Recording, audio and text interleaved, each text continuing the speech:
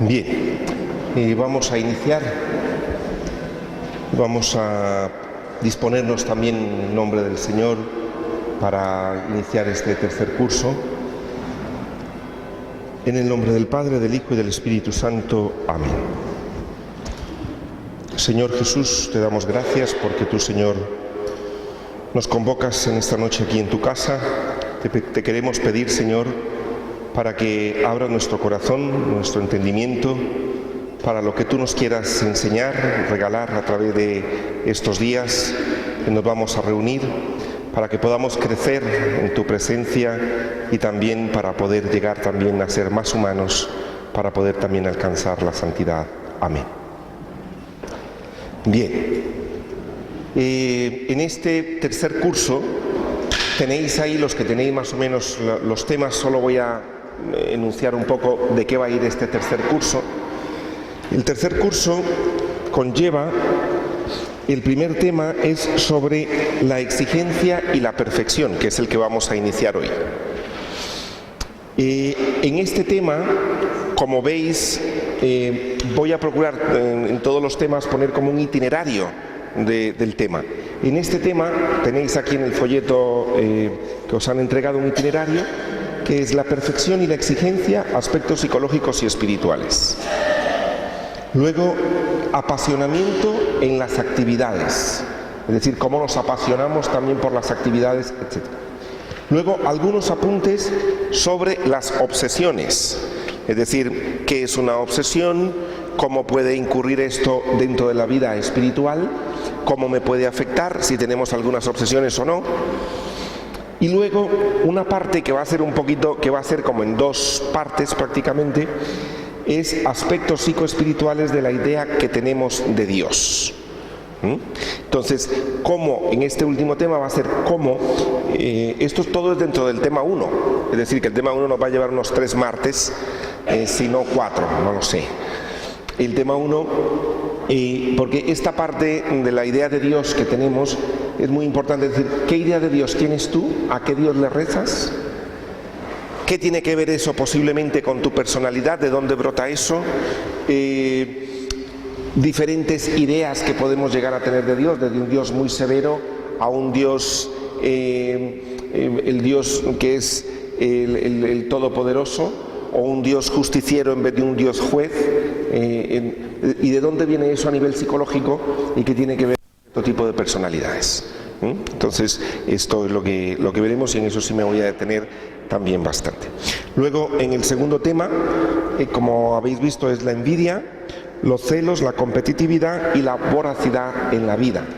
Es decir, mirar cómo estas cosas funcionan, y yo creo que esto también tiene mucho que ver con la vida espiritual, por supuesto. Es decir, la envidia y los celos están a la orden del día muchas veces en nuestras vidas, ¿no? Y pues somos seres humanos. Luego también el número 3 es vivir en plenitud y libertad. Este es un tema más en positivo, podríamos decirlo, y que es la fuerza del amor, el gozo de vivir, disfrutar y contactar con el niño interior que todos llevamos dentro. Y luego saborear la ternura de Dios, es decir, cómo vivir en plenitud, cómo hacer que la vida dentro de mí, poder vivir y recordar, por ejemplo, que Dios no es un Dios celoso de los placeres nuestros. Hay gente que piensa que, es decir, es como un padre de familia, una madre de familia, ¿siente celos de que su hijo disfrute? Os pregunto, a los que son, no. Está contentísimo que su hijo disfrute. Pues a veces nosotros en la vida espiritual pareciera como que a Dios que nosotros disfrutemos como que no muy le gusta. Como que ahí Dios, y si uno disfruta mucho y le viene después algo, uno dice, ves, es que el freno tenía que llegar en algún momento. Porque Dios como... Entonces, ¿qué hacer con esto?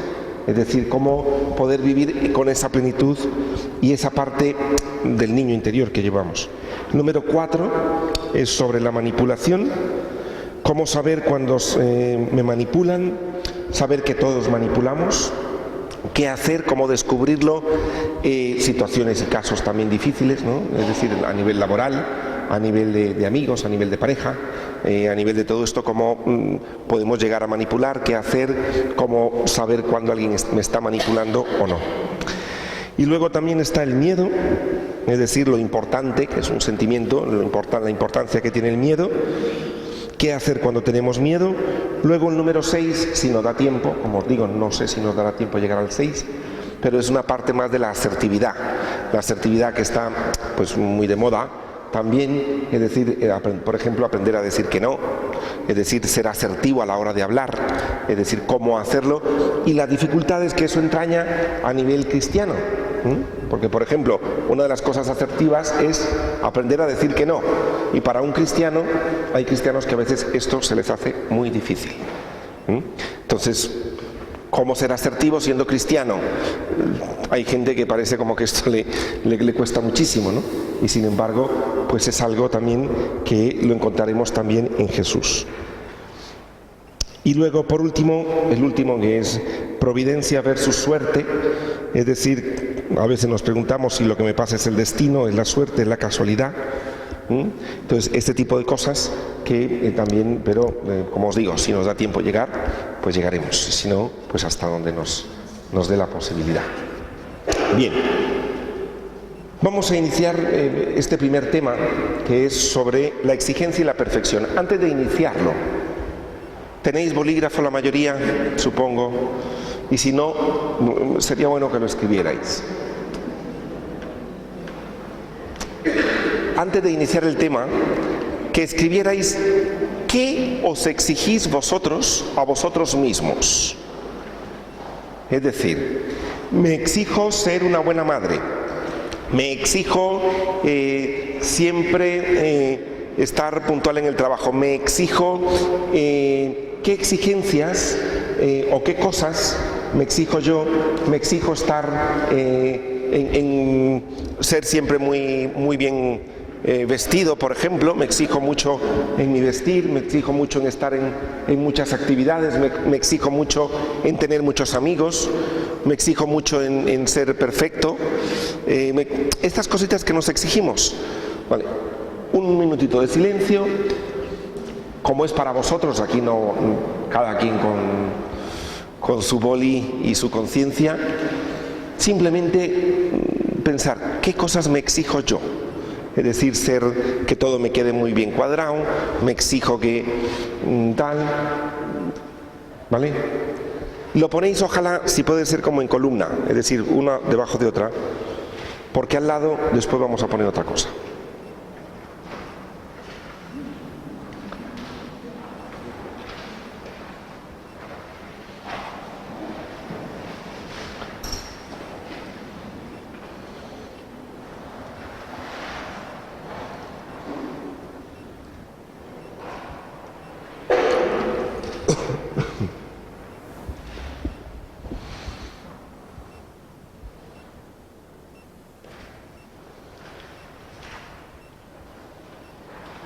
O a lo mejor me han dicho que soy exigente en esto. También lo que escucho, no lo desperdiciéis, ¿eh? Si os han dicho que sois exigente en esto, hacedle caso, porque el otro es el que recibe la exigencia y probablemente tiene algo de razón.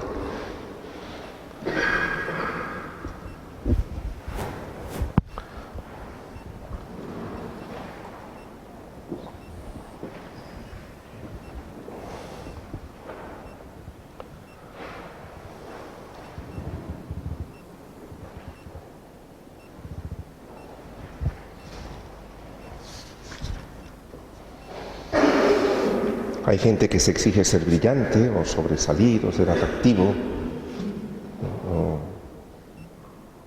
competente, seguro de sí mismo, o se exige demostrarle a otros que vale.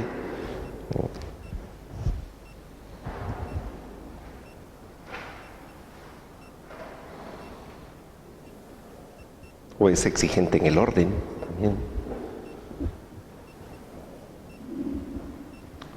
O en la parte moral, muy exigente, es decir,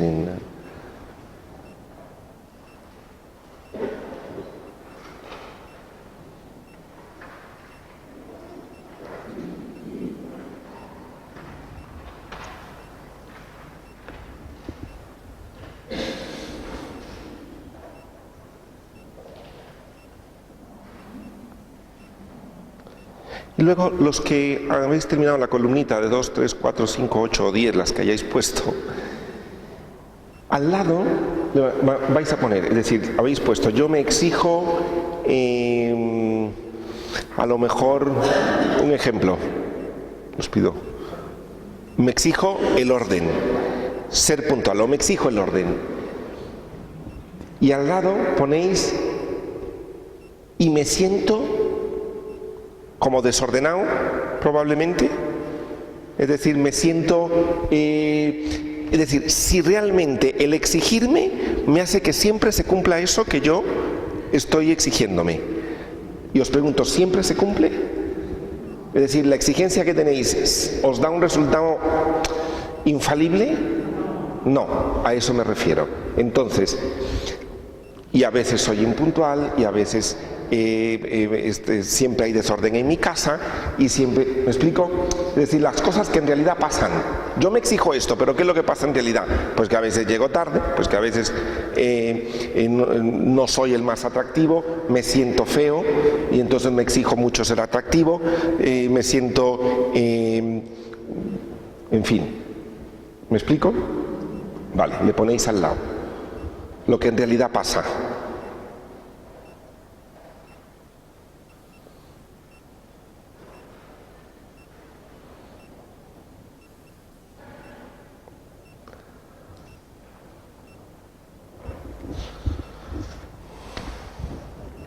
Hay gente que se exige mucho ser segura de sí mismo. Tengo que ser seguro, estar seguro de mí mismo, estar seguro de mí mismo, porque en realidad en el fondo lo que se siente es inseguro. Entonces se exige tener seguridad.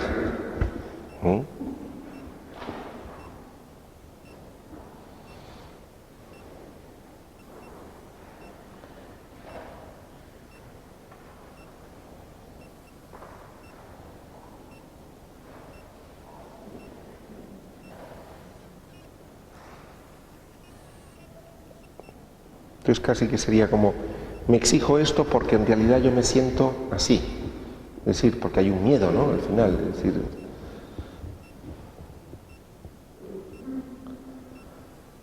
Bien, yo creo que más o menos lo que hayáis puesto está bien. Bien. Y luego vamos a utilizar esto un poquito y lo veremos. Entonces, la exigencia y la perfección han sido siempre presentadas como virtudes de suma importancia para la vida cristiana. Es decir, siempre, yo creo que si en el lenguaje cristiano hay algo que se caracteriza es por la famosa frase de ser perfectos como mi Padre Celestial es perfecto, y hay que ser perfectos porque la perfección se alcanza la santidad. ¿Sí? ¿Os suena esto? ¿Por casualidad? Bueno, entonces ciertamente las dos cosas, y tanto la exigencia, hay que entrar por la puerta estrecha, hay la no sé cuánto, hay que, es decir, toda la exigencia que se tiene de cara a la vida cristiana, pues también nos sonará bastante. Las dos cosas, por supuesto, son muy importantes en la vida cristiana. Aquí no estamos negando, ni vamos a negar, que ni la exigencia ni la perfección no son necesarias, sino qué es lo que pasa con esto. Como pongo yo ahí, las cosas son importantes, pero se puede hacer de ello un camino equivocado de santidad. En esto, a veces, en la vida cristiana se han cargado muchísimo las tintas, pero muchísimo. Pero exageradamente, es decir, en la exigencia y en la perfección, y claro, y de repente uno se ve que aquello le sobrepasa, porque yo soy tan humano y me dicen que tengo que ser perfecto, y escucho que ser perfecto es como mi Padre Celestial es perfecto. La palabra perfecto, con el perdón si hay alguno aquí, la palabra perfecto significa acto acabado. Es decir, acabado, es decir, algo terminado. Y entonces nos exigimos a veces el perfeccionismo, que es casi como el convencerme de que en algún momento todo va a estar... Entonces la vida se convierte en una lucha constante, como que la vida es un desorden y un caos total, que aquí hay que ordenar esto, y quien se va a encargar soy yo. Al menos de mi casa, y de algunos del portal si se dejan. Hay gente que también, y también algunos parientes y algunas personas que se dejen, pues también yo les ordeno la vida muy rápidamente, ¿no? Porque sé muy bien cómo ordenar la vida. Bueno, vamos a ver un poquito cómo va esto. En este año, en este curso, vamos también a citar mucho al Papa, ya que las palabras del Papa dan mucho de sí y tienen, entonces yo lo he citado y me voy a permitir leerlo. Dice el Papa Francisco el 3 de julio de este año: el camino hacia el encuentro con Jesús con Jesús Dios son sus llagas. Es decir, para encontrar a Jesús se encuentra en sus llagas, se encuentra en el dolor de la gente, en el pobre, en el necesitado, ahí es donde se encuentra. En la historia de la Iglesia ha habido algunos errores en el camino hacia Dios. Algunos creían que al Dios viviente, al Dios de los cristianos, podemos encontrarlo en el camino de la meditación e ir más lejos con la meditación. Dice el Papa, esto es peligroso. Cuando se pierden en ese camino no llegan sí, tal vez al conocimiento de Dios, pero no de Jesucristo, Hijo de Dios. Otros pensaban que para llegar a Dios hay que mortificarse y ser austero, y han elegido el camino de la penitencia, solo la penitencia y el ayuno. Y ni siquiera estos han llegado al Dios vivo. Estos son los pelagianos, que creen que con su esfuerzo pueden llegar. Pero Jesús nos dice que la manera de llegar es por medio de la misericordia. Esto dice el Papa.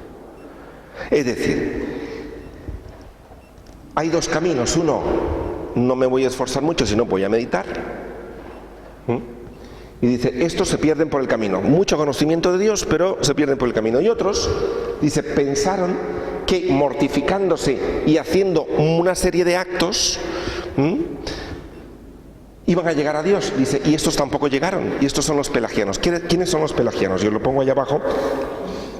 Los pelagianos son casi como aquellos que afirman, de alguna manera, si me lo propongo, obtengo el resultado. Todo depende de mi modo de hacer las cosas. El esfuerzo es el que vale.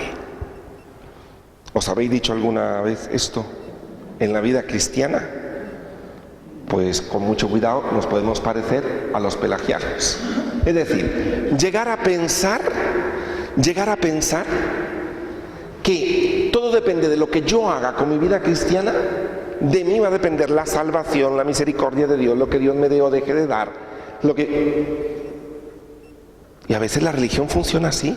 Entonces, claro, para que Dios me dé mucho, ¿qué tengo que hacer? Mucho. Y cuanto más doloroso y más exigente, mejor. Y yo he visto gente tan enfadada por eso. Yo que he pasado toda mi vida metida en iglesia, siendo hija de María, mis hijas desde pequeñitas, yo también, mire jamás, yo que no sé cuánto, yo que no sé qué, yo que tal y mire ahora ya la vejez, lo que me toca vivir y tal, porque entonces ese Dios, claro, es que usted hizo un negocio malísimo con el Señor. Entonces se pensó que dependía de lo que usted hacía, y es que no depende de lo que usted haga.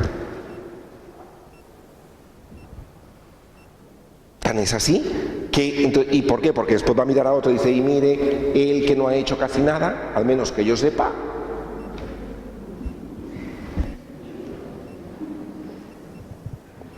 Yo creo que nos suena un poquito. El esfuerzo del principio no tiene por qué ser malo. No es el esfuerzo el malo. Y no estamos hablando de malo bueno, es ponerme yo en pensar que depende de mi esfuerzo la gracia que yo reciba, y por eso la exigencia, y de cara a esto hay muchísimo, es decir, tan es así que si no lo hacemos, siento que algo me va a caer. ¿Me explico? Viéndolo por la parte negativa, es decir, tan es así que si yo no lo hago, me caerá en una seguro, y se lo decimos al otro. ¿Has visto? Haber venido a misa. Porque ese es el concepto de Dios que tenemos. Un Dios tan exigente, pero de esta manera. Por eso vamos a terminar este tema con las ideas que tenemos de Dios y cómo se nos monta eso desde la infancia, porque precisamente Dios, pues Dios es Padre, y también decía Juan Pablo I, es Madre, y esa paternidad y maternidad donde la vivimos es en la infancia, y estará muy teñido de mi infancia la visión que yo tenga de Dios o no. Entonces en la Iglesia a veces se ha hecho muchísimo énfasis de que depende de tu esfuerzo, tienes que hacerlo y hacerlo muy bien y hacerlo perfecto. Qué triste, porque es un Dios tan exigente, es decir, que no da oportunidad a nada, ni a equivocarse. Cuando en el Evangelio encontramos que ama a sus discípulos, ama a un Pedro que se equivoca 80 veces, ama a los discípulos que se pelean por el primer lugar, los quiere como son. Cuando escuchamos nosotros, y esto creo que lo dije en el curso pasado, bueno, y esto es una cuestión bíblica, sed perfectos como mi Padre es perfecto. ¿En qué contexto está eso? ¿En qué contexto está esta frase?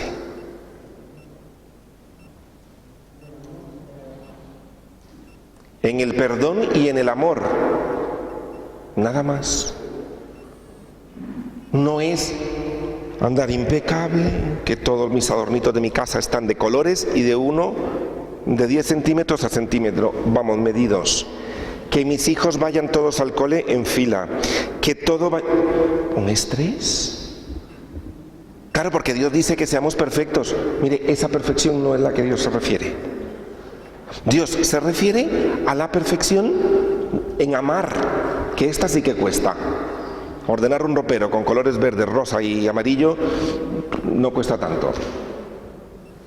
Pero la perfección en el amor sí cuesta mucho. Entonces a veces este tipo de exigencia la hemos traducido a nuestro propio interés. Bien. Ahora, es llamativo que quien dice que es exigente y perfeccionista lo hace saber a los demás y lo dice con cierto orgullo. Yo cuando he hablado con gente le digo, ¿usted es perfeccionista? Y dice, sí. Y usted exigente, muy exigente con mis hijos, pero lo dice con orgullo, como curioso. Entonces, esto es lo peor de esto. ¿Por qué? Porque incluso con este tema, dando aquí este tema, más de alguno dirá, bueno, ¿y qué malo tiene de exigir si yo soy exigente? Que es casi como una virtud, es mi mejor virtud que tengo. Y ahora viene usted a decir aquí que es un tema del curso. Es curioso que la ponemos como una virtud y quien la habla y habla de la exigencia lo habla como si poseyera la mejor virtud del mundo. ¿Es una virtud? Sí, pero probablemente los que están a tu alrededor en tu casa te dicen, de virtud muy poco, mamá. ¿O no? O papá, o el jefe, o compañero de trabajo, o quien sea, ¿no? De virtud muy poco. Este año vamos a ver ciertas cosas estas cosas que parecen virtud, es decir, y por eso hay una frase que dice, todo vicio tiene una virtud que se le parece. Entonces, este tipo de cosas a veces... Entonces, esto no ayuda a la hora de querer uno ayudar a alguien para que pueda cambiar, porque lo hace, está orgulloso de esto, se siente bien, se siente muy bien de ser así. ¿Qué pasará en mi casa si yo no fuera la que exijo? ¿Qué hubiera sido de mi hijo si no hubiera sido el que exijo?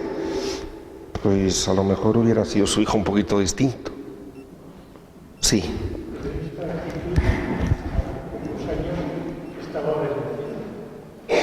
Sí, vamos a ver, como actitud tiene una parte positiva. Lo que vamos a ver es aquí cuando de la exigencia se desborda. Generalmente se nos desborda y la perfección, la vida cristiana es un camino de perfección, pero es para llegar a ser acabado en Cristo, pero no un perfeccionismo, que es lo que solemos padecer. Es decir, el enfado que tenemos cuando algo nos sale mal, cuando vemos que otro no lo hace bien.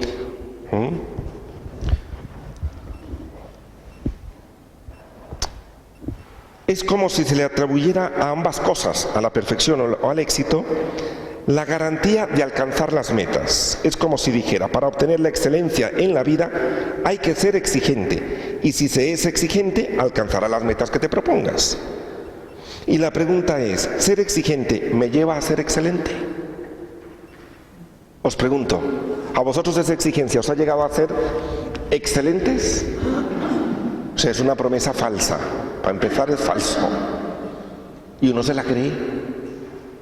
Y uno dice, si me exijo llego. Puede ser que no llegue. Si le exijo lo hace. Vamos a ver después qué pasa cuando le exijo a alguien y dice, porque yo te lo exijo. ¿Qué pasa con eso? ¿Cómo entender, cómo humanizar la exigencia? Esto es lo que vamos a ver en este tema, lo que estamos viendo. Cómo no es no exigir, sino cómo humanizar la exigencia. Cómo ir por el camino de la perfección sin ser perfeccionista. Y esto no es fácil. En esta trama de la exigencia, hay un autor que se llama Norberto Levi, que habla precisamente que existen dos personajes. Uno de los personajes es el exigido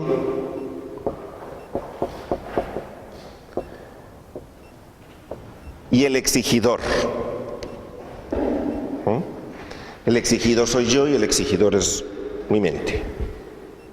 Es decir, mis ideas, lo que yo me digo a mí mismo. En caso de que sea conmigo, en caso de que sea con otro, obviamente el exigido es una persona y el exigidor pues es otro, ¿vale? Pero hablando interiormente de mí mismo, cómo me exijo las cosas, yo tengo una parte exigida de mí y una parte que me exige de mí mismo. ¿Me explico? Este es como mi mente, el exigidor, el que exige es como mi mente. Y este autor propone un ejemplo como muy ilustrativo, es decir, nos dice que es como el caballo y el jinete. Como que usted tenga un caballo y diga, con este caballo voy a ir yo a Alcalá. Usted coge el caballo, sale de aquí y va a Alcalá. El caballo tiene sed, usted le dice, no, a Alcalá.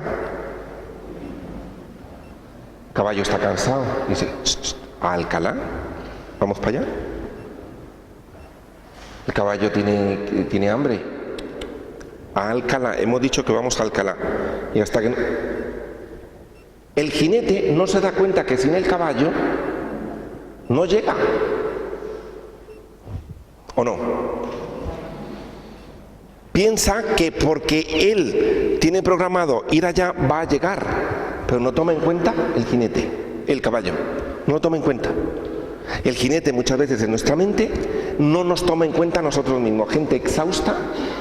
Yo he encontrado personas que ni siquiera son capaces de escuchar su propio cansancio.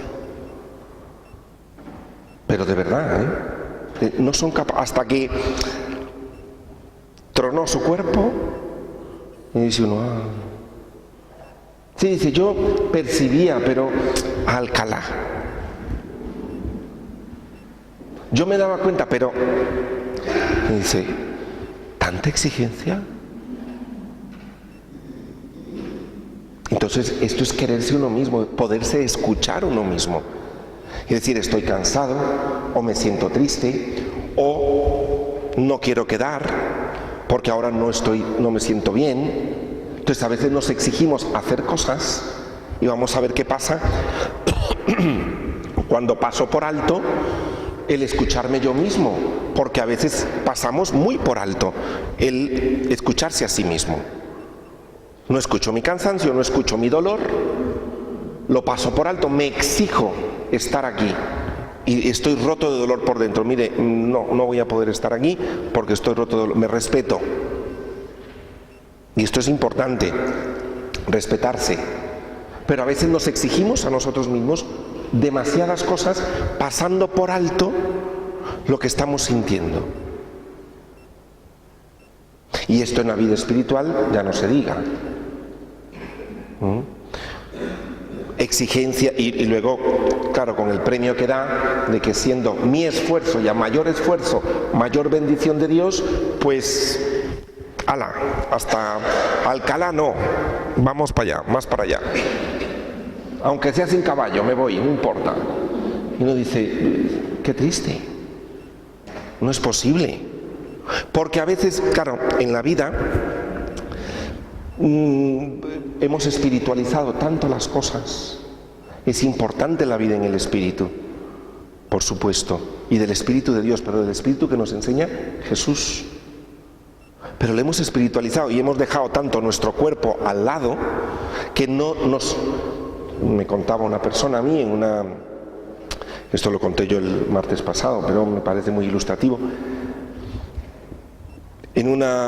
Fueron un grupo de personas a visitar un cierto lugar. Ahí una persona se puso mala, estuvo a punto de morir porque entiendo que estaba bastante mal. Y una persona muy religiosa, por cierto, un sacerdote, cuando ve a la posible viuda, entre comillas, porque la señora estaba ahí viendo que su marido estaba muerta de miedo, estaba llorando, estaba viendo qué tal, y le dice, mire señora, usted debería dar gracias que estamos aquí en un santuario y que si se muere su marido va a irse al cielo. Y una persona vino a preguntarme, Luis, ¿qué te parece eso? Yo quedé... Y me dice, a todos nos pareció fatal. Y la viuda le dijo, pero usted no me ve a mí como estoy yo, ¿y yo qué hago? Le dice, pues dar gracias a Dios, porque en este sitio, si se muere su marido, va al cielo. Yo a esta persona que me vino a preguntar, lo que le dije fue, yo a Jesús nunca lo vi, ni dice el Evangelio, que cuando se cruzó con la viuda de Naín, ¿os acordáis que venía un entierro y Jesús se cruza? Le dijo a la madre, mire, nada de llorar ni nada, usted viuda y ahora se le muere su hijo, tranquila, que ya están con mi padre. ¿Tú crees que eso le dijo? Jesús no hizo eso. Jesús se detuvo en el camino, palpitó con esa mujer, sintió la compasión y le devolvió a su hijo, que era lo mejor que tenía, porque era viuda. Pero a veces hemos espiritualizado tanto el cuerpo que, bueno, llegamos hasta estos colmos. Yo lo cuento como, y es una cuestión real que pasó. Y a mí respeto mucho al sacerdote que lo haya dicho y respeto mucho sus ideas. Algún concepto de Dios habrá tenido también, supongo. No se parece al mío a lo mejor. No porque el de él sea peor o mejor, ¿no? Simplemente son modos distintos de ver, pero tienen consecuencias en la vida que pueden ser muy duras. Es decir, una idea de Dios descolocada puede tener consecuencias duras a la hora de relacionarme con los demás. No es solo tener la idea de Dios, no es solo cuando yo rezo, sino una idea de Dios puede llegar a estas cosas. Y entonces no tomar en cuenta el dolor. Yo tengo una mujer ahí que está partiéndose de dolor porque está viendo que su marido posiblemente muere y no poder contactar con ese dolor. Qué triste. Pero bueno. Sí.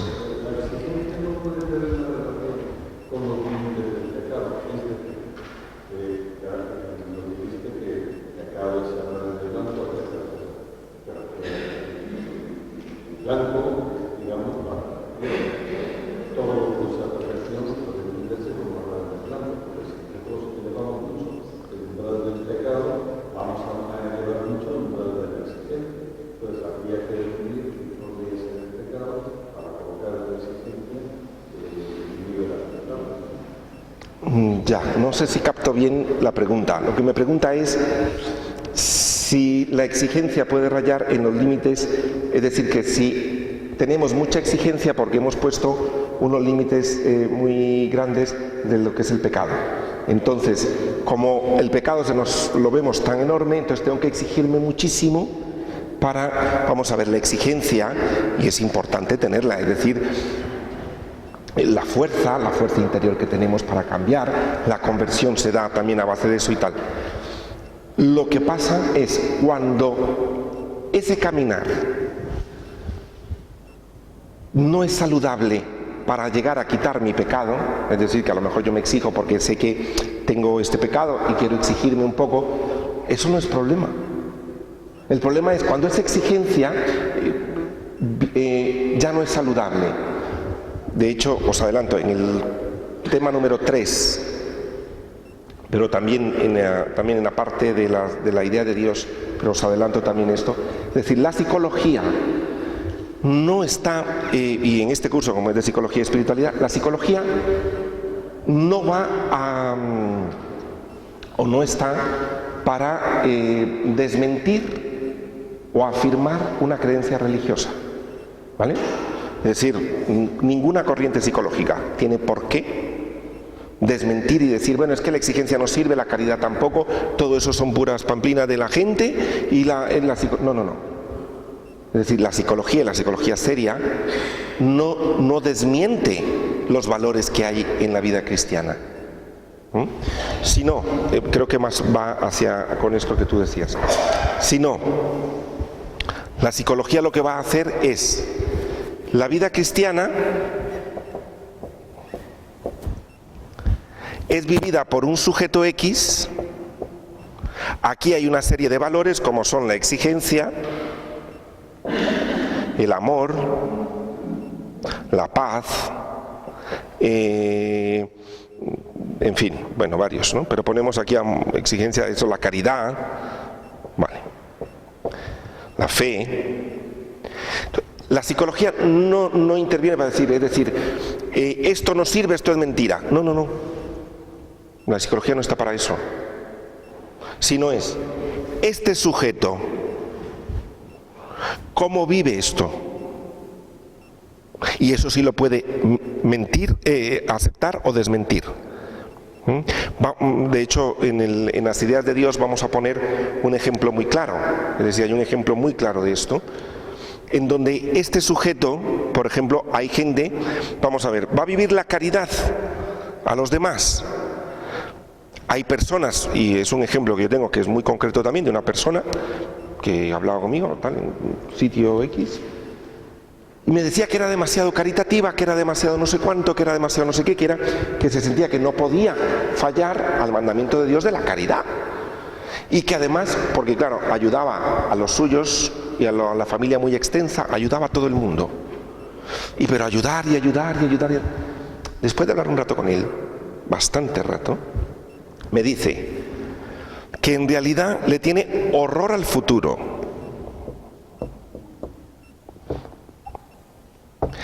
Que además no cree en la providencia y que padece de mucha culpa. Y que él cree probablemente que si deja de ayudar no puede dormir en la noche por la culpa que siente porque dejó de ayudar. Esto no es sano. Ahí interviene la psicología, a decir, mire, viva usted la caridad, pero aquí pasa algo. ¿Me explico? También, horror al futuro. Por eso le arreglaba la vida a todo el mundo. Porque tenía un horror de que la idea catastrófica de él era algo horrible les va a pasar a mí, en mi casa y a los míos. Y entonces estaba preocupadísimo. Si alguien estaba enfermo, allí estaba. Si alguien necesitaba dinero, allí estaba. Si alguien estaba... Pero era que era su miedo. Entonces, sane su miedo. ¿Me explico? Entonces, esto de la exigencia, ¿dónde entra aquí? Pues también, la vivencia de la exigencia no es que no haya que exigirse, porque para Jesús mismo pide la exigencia, exige, es decir, exige, propone muchas cosas, pero una exigencia saludable. ¿Me explico? A lo mejor con este ejemplo puede ir un poquito, y de estos ejemplos hay muchos que a veces en nombre de Dios, con cosas muy positivas, hay cosas dentro de mí que están funcionando. Y en la exigencia, a lo mejor puede haber que yo tengo horror al desorden. Y esto es mío.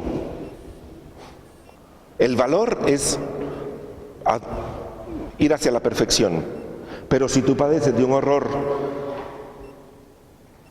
o de personas que lamentablemente no que padecen son obsesivos compulsivos o que tienen la dificultad y tal, pues es cuando menos asumirlo con paz y poder decir, mira, esto es mío, pero juntarlo ya con Dios, esto es increíble. Bien.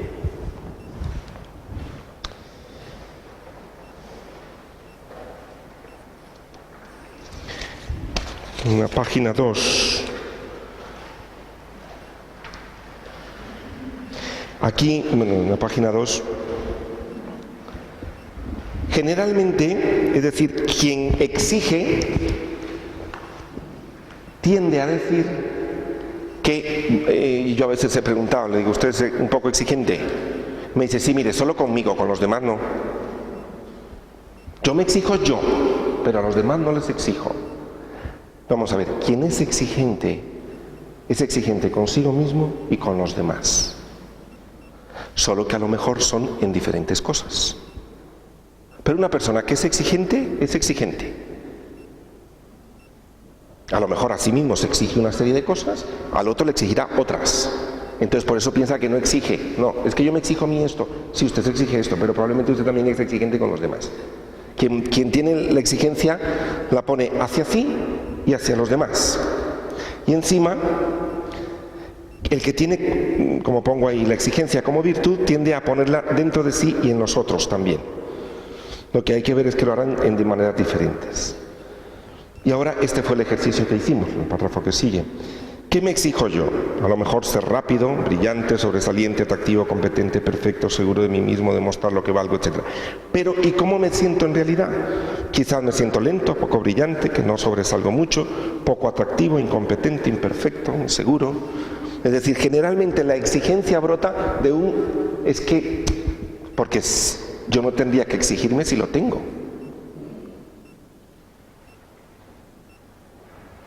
Si yo en realidad tuviera eso, no tengo por qué exigirme tanto. Pero si me lo exijo es porque en realidad percibo como que no lo tengo. Y por eso es que me exijo tanto.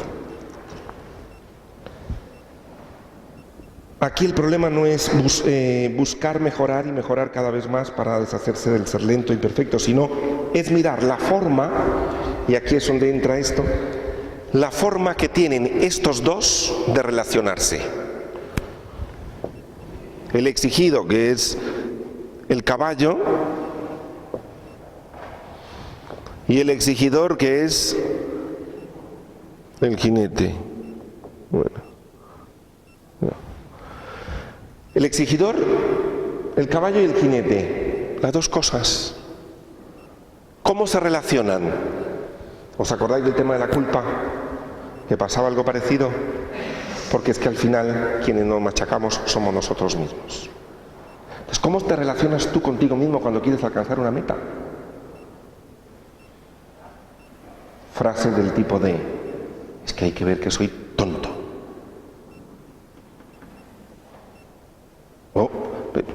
¿Y qué otras frases? Mejor no las digo yo, decidlas vosotros, lo que os decís cuando... ¿Cómo trata vuestro jinete a vuestro caballo? ¿Cómo trata? ¿Qué os decís para exigiros? ¿Cosas preciosas y bonitas? Vamos, tú puedes, tranquilo, descansemos ahora, ya se llegará. Seguro que eso, ¿no? No, ni yo tampoco. No es fácil. Y si así nos tratamos a nosotros, al otro le diré cosas bonitas. Difícilmente. Porque claro, yo sé cómo atizar a mi caballo. Y a tu caballo también, hombre, que no.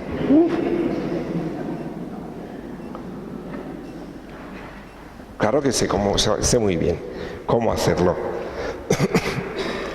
El exigidor no se da cuenta de por qué está preocupado de alcanzar la meta. Y se dice, tengo que llegar ahí como sea. Tampoco toma en cuenta al exigido, que soy yo mismo el que tengo que hacer lo imposible para llegar a esa meta. San Pablo dice, he luchado el noble combate, he acabado la carrera, he conservado la fe. Fijaos en lo último, he conservado la fe. Es decir, ha luchado el noble combate, ha acabado la carrera y ha conservado la fe. Muchas personas que tienen su religión puesta en la exigencia a veces acaban debilitando su fe o teniendo más fe en sí mismos que en Dios. Más fe en su esfuerzo que lo que Dios puede hacer con él o ella, es decir, con la gracia. Y el Papa Francisco insiste que la gracia es gratuita. Entonces una persona que se exige demasiado, llega un momento en que cree que su esfuerzo, y comienza a engrandecerse un poquito. Y comienza a ver al otro que es que él no se esfuerza. Yo sí. Yo he llegado por mi esfuerzo. Él no. Entonces comenzamos a señalar a la gente. ¿Os acordáis que dependiendo cómo yo me mire a mí mismo, así veo a los demás? Cómo yo me ponga delante de Dios, así voy a poner a los demás también. ¿Os acordáis de aquello del baldecito de la cubeta? Que a veces hay gente que se pone delante del Señor, delante de Dios con una cubeta en la noche, y dice, yo no sirvo con algo, con barro o lodo, o cosas feas. Coge una cucharadita y dice, yo no sirvo, yo no puedo, es increíble, nuevamente lo he hecho, tal, no sé cuánto, y se va llenando, se va poniendo negro delante de Dios. O en la oración hace lo mismo. Si él hace eso así, cuando ve que otro falla, ¿qué hace? Coge una cucharadita y le dice, tú tampoco, y tú tampoco, y tú tampoco, nadie sirve.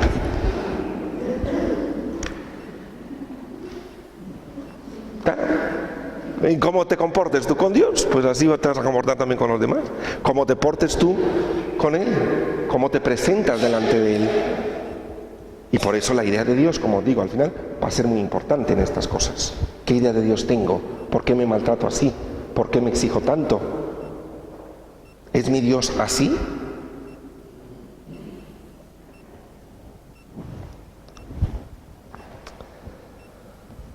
A las personas exigentes y perfeccionistas les encantan las frases evangélicas.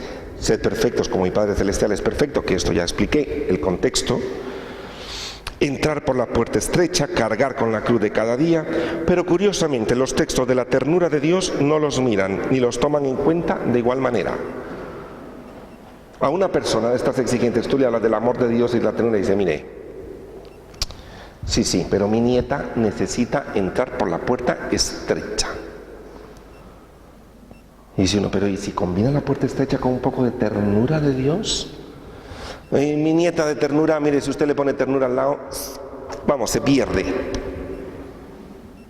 Qué triste. ¿No poder combinar las dos cosas? Imaginaros una puerta estrecha con ternura. ¿Algún día lo habéis relacionado así? No, algunos incluso se imaginarían una puerta toda áspera que hasta se raspa donde pasa porque aquello es estrechísimo. Y el Señor tomando nota a ver si no hace trampa para pasar, si mete el estómago. ¿Que no? Dios es un Dios de misericordia, de amor. Puerta estrecha con ternura. Así es Dios. Y ojalá podamos entenderlo nosotros también. Y aquí una cosa, el exigente tiene como lema querer es poder. Querer es poder. Cree que basta con desearlo para que empiece todo a movilizarse y ala, para adelante. ¿Cuántos creen aquí que querer es poder? ¿O cuántos lo han dicho alguna vez? Muchísimas veces. Pues mire, y en esto lo aclara muy bien Norberto Levi, dice, querer no es poder. Querer no es poder, querer es querer y poder es poder. Es como un coche.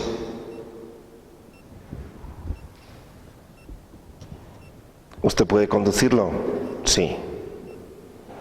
¿Quiere conducirlo? También. Usted se sube al coche. Entonces, yo quiero conducir el coche, pero el coche no tiene gasolina. Si yo quiero, ¿puedo? No. Y a veces con esto, también en la vida espiritual, si usted quiere, puede cambiar. Si usted quiere, y estas frases las hemos escuchado nosotros en la casa, muchísimo. Dos casos que los conozco de personas que adoptaron niños en una casa. Curiosamente tenían una hija. La hija era hiperactiva, una hiperactividad, la hija tremenda. Los papás no sabían, y ahí por ignorancia, los papás no sabían que tenía hiperactividad, y le exigieron lo que ya no había, hasta que después de mucho tiempo le hicieron un diagnóstico, y después de mucho tiempo, después de bastante, se dieron cuenta que era... pero claro, habían que exigido, porque querer es poder. Si tú quieres, puedes sentarte. Lo que pasa es que no quieres. Y dice, mire usted, ahí falta una gasolina esencial.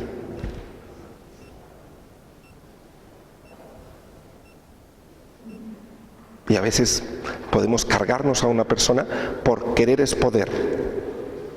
Conozco a un joven ahora también, tiene 18 años, donde se le ha exigido muchísimo. Y tiene el síndrome de Asperger, que es muy difícil de diagnosticar. Y me decía, hablaba con el padre de familia y me decía, yo creo que es esto, y me ha dicho el médico que por qué no lo llevo, porque el chico ya tiene 18 años. Y le han exigido, vamos, porque querer es poder. Y el pobre chico llegaba a un examen incluso, se sabía todo, pero no podía escribir. Y no le querían hacer exámenes orales, porque el examen era escrito, y querer es poder. Si usted quiere, puede escribir. ¿Por qué no puede escribir lo que usted sabe? Hombre, pongo estos casos muy elevados, pero en casa podemos tener cosas muy sencillitas, donde también metemos el querer es poder, y tenemos que ver que cada uno es distinto, donde no es que si tú quieres puedes, sino vamos a ver si en realidad puedes. Y vamos a ver si en realidad quieres. Pero separar las cosas es muy importante, para no cargarnos a las personas o también a sí mismos. El poder se refiere más a los recursos físicos, psicológicos, históricos, contextuales y emocionales. Es decir, para que una persona pueda hacer algo, hay que ver si en realidad puede, si tiene gasolina, si tiene las ruedas colocadas, si tiene, como un coche. Pero verlo en realidad y escuchar también a la otra persona. Y luego resumo el párrafo que sigue. El problema es que también estamos acostumbrados a querer es poder. Mire, si yo quiero, levanto esta mano, y si quiero, la bajo. Y está tan acostumbrado el ser humano a que si yo quiero, voy, y si no quiero, no voy. Entonces, como si quiero, puedo, y si puedo, quiero. Entonces nos da la sensación que en la vida todo es igual. Pero no nos damos cuenta que yo puedo levantar esta mano porque tengo el hombro bien, las articulaciones bien y la sangre me fluye bien. Que si a mí no me fluye la sangre bien, no la puedo levantar, o tuviera el hombro mal. Pero como esto nos sucede cada vez y cuando, a Dios gracias, parece como que todo es automático. Si yo quiero, vengo al curso, y si no quiero, no vengo. Mire usted, si está malo, pues aunque quiera, no puede. Pero de esto no nos damos cuenta, de la contingencia de la vida no nos damos cuenta. Y es importante, al menos con los hijos, o en casa con el esposo o la esposa, no decir este tipo de cosas. ¿Hasta dónde puedes? ¿En realidad quieres? Poder escuchar al otro. Los padres de familia, los esposos, etc. 4 aspectos, página número 3, 4 aspectos de la mente exigente. Mi mente exigente tiene una meta, que cree que es legítimo el contenido y el modo en que lo hace. Cree que el caballo tiene que estar siempre dispuesto y no hay posibilidad de otros caminos u objeciones de modo. Y por último, cree que basta con decírselo y si no escucha, le machaca. Es decir, ¿qué hago conmigo mismo? Ya con esto termino. Me exijo Le comienzo a exigir. Y el exigidor, mi mente, le dice, tienes que llegar ahí. No admito un no. El no no existe. Tienes que llegar ahí. Generalmente las cosas son tienes o debes. Porque si tú quieres, puedes. Fijaros todo lo que nos decimos. Y a lo mejor el exigido dice, sí, pero mire, yo estoy ahora cansado, siento dolor, me siento turbado, tengo la fe se me ha bajado un poco, estoy dolido. El exigidor, no, si tú quieres puedes, a mí no me digas que no, tú tienes que llegar ahí. Vamos para Alcalá. ¿Tú crees que esto es un diálogo? ¿Tú crees que eso es una escucha de sí mismo? Y eso que lo hacemos con nosotros mismos. Y no nos permitimos un no. Ahora cuando se lo hago a otro, eso ya sobrepasa los límites. Pero ¿cómo me dices tú que no? Eso le decimos a otro, pero a nosotros mismos también. Tenemos una serie de exigencias. Jesús trata a la gente con mucha delicadeza. Vamos a ver después un texto donde el Papa Francisco, creo que nos lo dice, que precisamente, bueno, no sé si en este texto que sigue, donde nos dice que Jesús no impone ni exige nada, Jesús propone e invita. Y el Papa está insistiendo mucho en eso.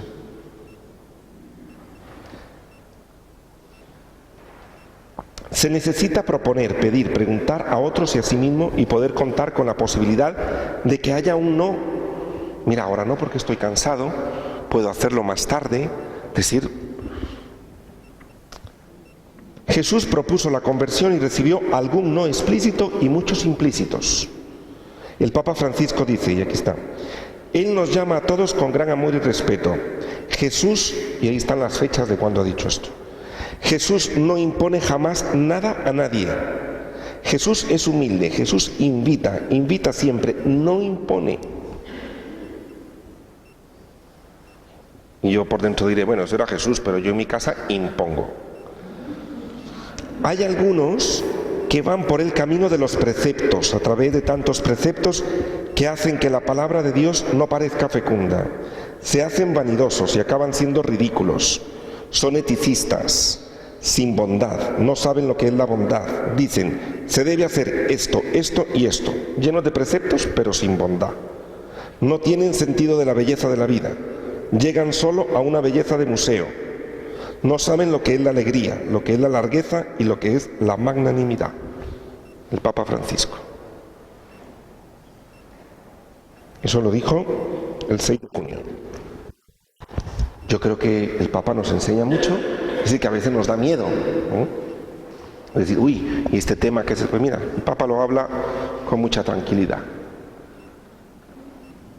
Y a veces creemos en este tipo de la religión del precepto, del machaque, de una exigencia, de un no diálogo dentro de mí mismo. Aprenderse a escuchar y a respetar. Jesús te escucha y te respeta, te acoge. Y también poderlo hacer con los demás. Bien, lo voy a dejar aquí y el próximo día terminamos la parte que falta. Y a lo mejor iniciamos la siguiente parte, es decir, de las obsesiones. Pero quedamos aquí en qué pasa si me someto a la exigencia. Brevemente vamos a terminar haciendo una pequeña oración a Jesús, sabiendo que Dios es un Dios de misericordia y que Él nos acepta y nos quiere como somos.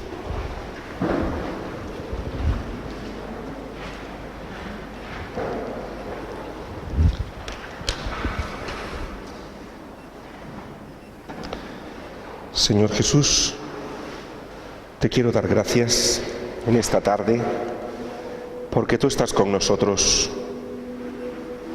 Gracias, Jesús, porque tu gracia es gratuita. Por supuesto, Señor, cuentas con nuestro esfuerzo, pero que al esforzarme, Señor, no me olvide de mí mismo, ni maltrate a otros tampoco.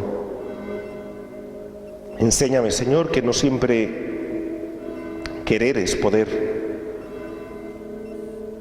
Dame paciencia conmigo mismo, Señor, con mis dificultades, con mis errores. Mira que a veces el perfeccionismo me promete una falsa santidad, cuando tú a lo que me llamas es a la perfección, y esto ya llegará. Voy en camino de ello. La vida es un camino de crecimiento. Que no me salte, Señor, ninguna etapa, porque voy a atropellar a muchos o me atropello a mí mismo. Gracias, Jesús, por tu amor y tu bondad. Amén.